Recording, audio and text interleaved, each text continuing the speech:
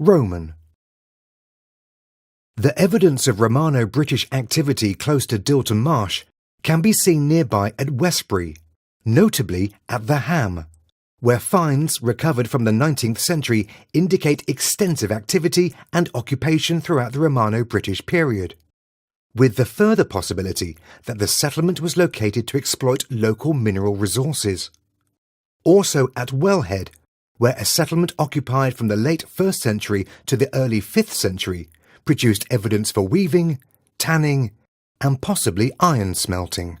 After the Roman invasion of AD 43, the main evidence in the Dilton Marsh area for a Roman and Romano-British presence is heavily focused on industry.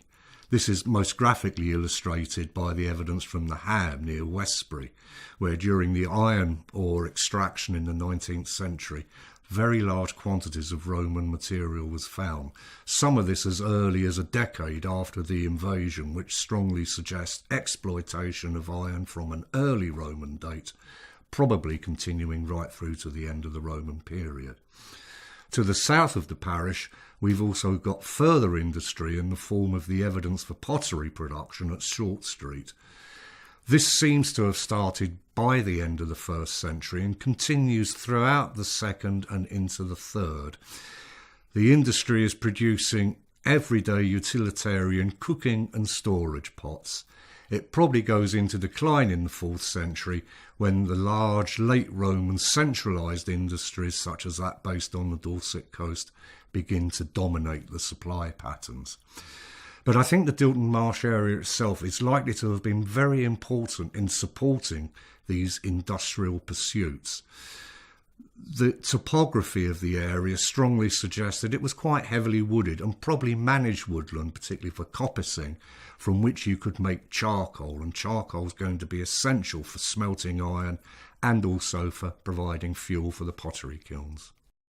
After the initial conquest, the use of pottery increased as Roman influence spread across Britain, and pottery vessels became a common feature of every Roman household, being used for storage, cooking, drinking, and dining.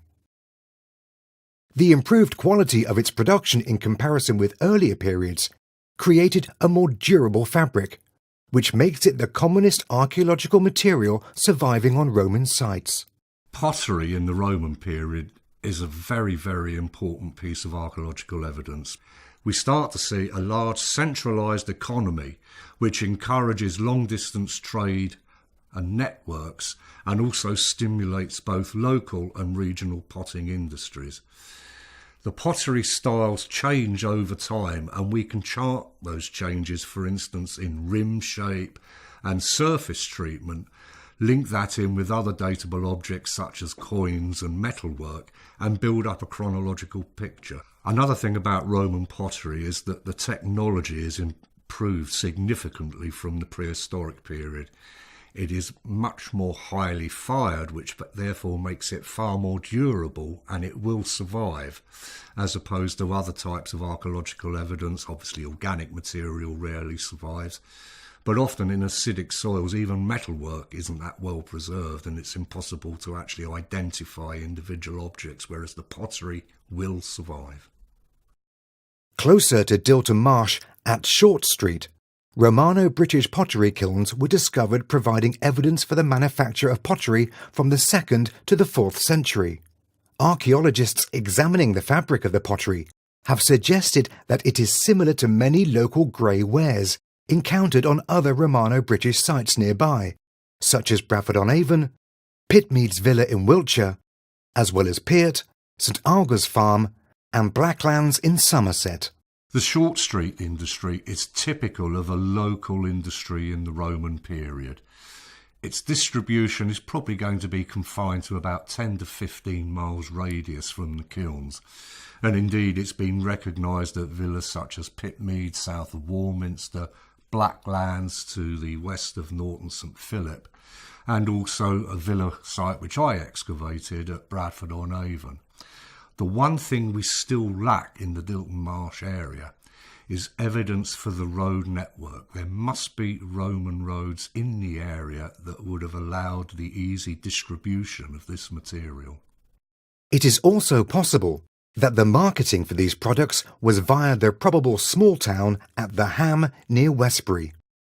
This evidence suggests that the area around Dilton Marsh played an important role in the production of locally produced pottery during the Romano-British period.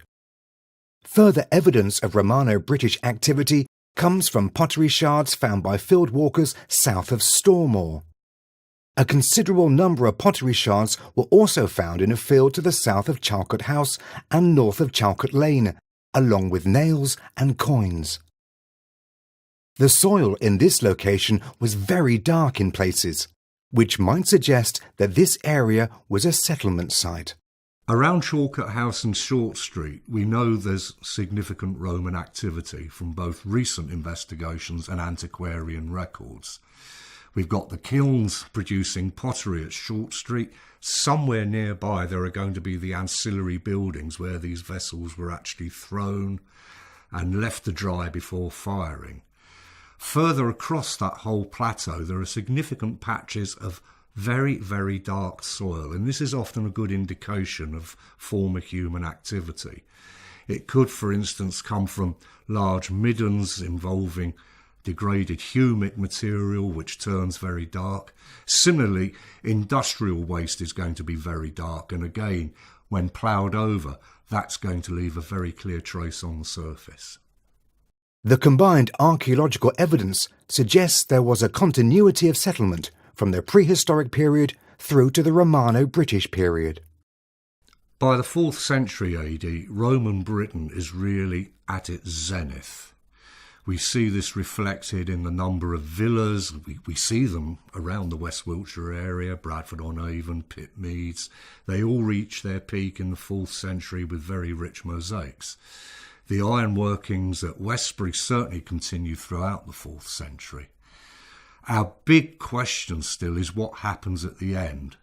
And certainly the end of Roman Britain, I would argue, is not an abrupt event in the early 5th century, as some people believe. There is a gradual weakening of overall Roman control due to events on the mainland of Europe with various barbarian invasions. But in Western Britain in particular, there is some evidence of a Romanised form of life still continuing well into the 5th century, if not the 6th.